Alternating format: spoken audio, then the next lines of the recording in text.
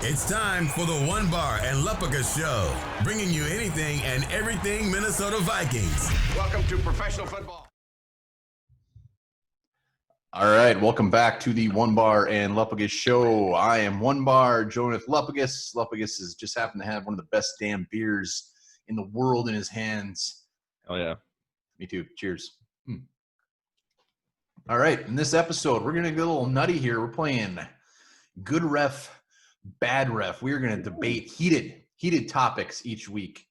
And someone's going to be the good ref, someone's going to be the bad ref. And today I'm going to be the bad ref.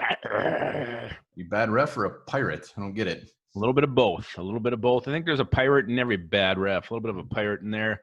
Yeah. Before we hop into this, what I think is going to be probably our most popular segment of all time. Be sure to subscribe to our channel, like our vids. We're just about to enter 600, and I can't wait. It's going to feel so good.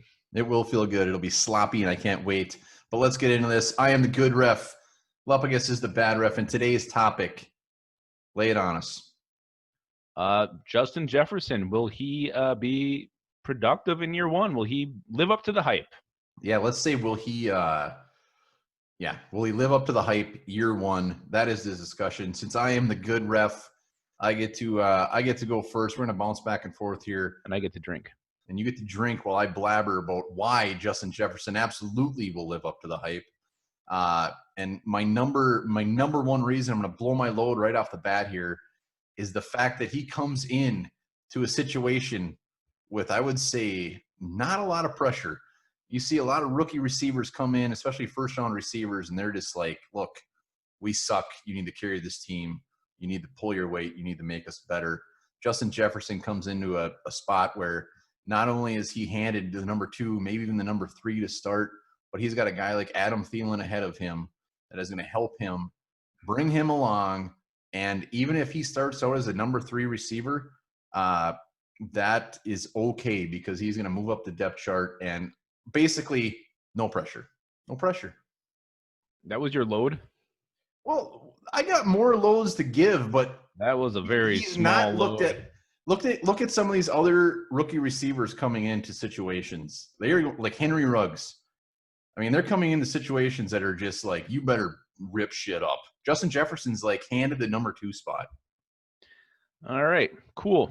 Well, I'm going to go ahead and be a little bit negative on this. I'm going to say the first reason why he will not live up to those high expectations is because he is already way behind schedule.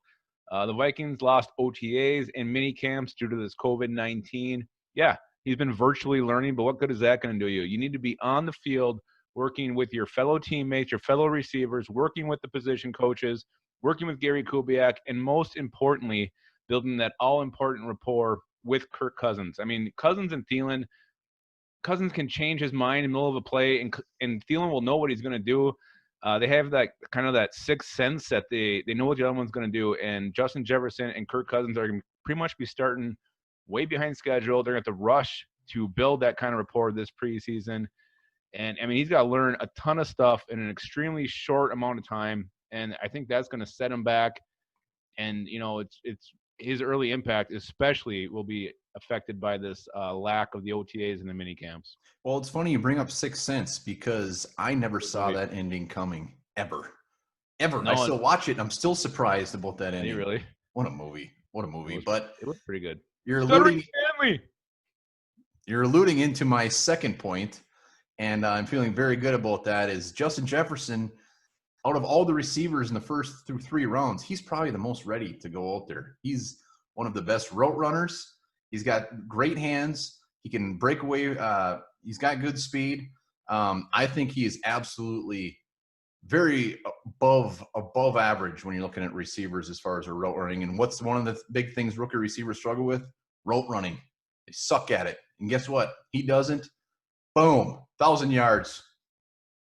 He may be a great route runner, but what do you run in college? 3 different routes. The route tree is going to have a lot more branches in the NFL. He's going to be asked to do a lot more stuff. It's not going to be the simple routes you see at the college level. So, and you got to look at that. It's not very often that rookie wide receivers come in and are productive from day one. You got to adjust to the speed of the NFL. You got to figure out how to create separation. There's a lot more press man coverage and you see in college, and these guys have been doing it for years, the professionals. And it's that route tree. I mean, he's going to be running so many different types of routes that he did not run in college. It's going to take time to learn that, get the footwork down. You look at last year, I mean, there was plenty of rookie wide receivers who were not very productive. N'Keal Harry, J.J. Arcega-Whiteside, Paris Campbell, all these guys had full OTAs. They had the full mini camps, and they still couldn't make whimper. How dare you compare 2019? Did you just compare him to Paris Campbell? And I would appreciate if you. I would appreciate if you stop saying route tree or whatever you're saying. What it is, route tree, a lot of branches. Another good reason why he's going to come in and produce is the fact, what I pretty much already said, is he's extremely well-rounded. A lot of the times you get hung up on, oh, this guy ran a 4.3, whatever. This guy is just ginormous. He'd be a good red zone target. Look at Laquan Treadwell. We took him basically because he was big. He'd be a good red zone target. He's going to move the chains. With Jefferson, it's nothing absolutely sticks out. He's just extremely well-rounded. He does everything very, very good, and he's going to build on that. And yes, it will take some time to build that relationship with Kirk Cousins, but I think he's got the perfect mindset, and I think he already has the tools to make that very easy transition. Oh, you've seen his toolbox, huh? Yeah, I've seen his toolbox, and it's huge. All right, so here's another reason why I do not. I mean, we got to define what is a productive season in your mind. What is like him hitting expectations? Him expectations is holding down that number 2 spot, and I would say 800 yards, 60-plus receptions, and 5-plus touchdowns. I mean, I think that is a very productive rookie season. That would be a very productive rookie season. I'm going to tell you right now why he's not going to get a sniff of that. Even if he becomes the number 2 wide receiver, he's still going to be about the 4th option in the Vikings passing game. Adam Thielen's clearly number 1. Number 2 is Delvin Cook. And number 3 will be some kind of combination between Irv Smith Jr. and Kyle Rudolph. Gary Kubiak loves his 2 tight end sets. I think we're going to see a lot of passes to the tight end this year. So even if he becomes – and that's a big if, because you got B.C. Johnson who's come back, you got Tajay Sharp, and they're already – Tajay Sharp hasn't, but B.C. Johnson's been in the system. He knows Kirk Cousins. Kirk Cousins trusts him. So Jefferson has a long way to come. And at best, even if he's the number 2 wide receiver, I think that makes him the 4th target in the passing game at best. And the Vikings are going to be a running team. They're going to run the football 60% of the time is pretty much the average in a Gary Kubiak system. I don't think the targets are going to be there for him to put up those kind of numbers, especially when he's coming in behind the line. I don't know, behind the nose. He's coming in behind. Behind the meatball, 8-ball. Not meatball. He's coming in behind the meatball. You were handing me these on a silver platter because I think the fact that we have all those other weapons is just going to give Justin Jefferson much more opportunities. Defenses are going to come in. They're going to be focusing on these other guys. They're going to make Justin Jefferson prove it. And until he does, he's going to have one-on-one coverage against their number 2, number 3 corner, and he's going to make them eat their ass because – he's going to be open. He's going to be the guy. Everyone's going to be worried about big stinky Herb. They're going to be worried about Dalvin Cook. They're going to be worried about Thielen. They're not going to be worried about Justin Jefferson. Yeah, but, there's a good chance Tajay Sharp could be the number 2 guy. B.C. Johnson is number 3. And that would put Justin Jefferson at number 4. He is a rookie. He has not been in the NFL before. He's not just going to be handed the number 2 job. He will have to earn it. And, again, I don't know. I mean, I'd love for him to put up the numbers you said, but it's going to be hard. It's going to be hard for him to get those kind of targets. And, I think teams will take him away.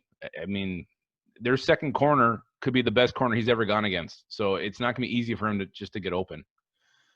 You're right. There will be a learning curve. I don't expect him to come out in week 1 and have 8 catches for 100 yards and 2 touchdowns. I think it will be gradual. I think it'll be more on the lines of Diggs, not necessarily Diggs didn't even get into like week 5 of his rookie year. But I could see it being gradual like that, and by the end of the year, I absolutely think he will be one of the most productive rookie wide receivers in 2020. I hope so.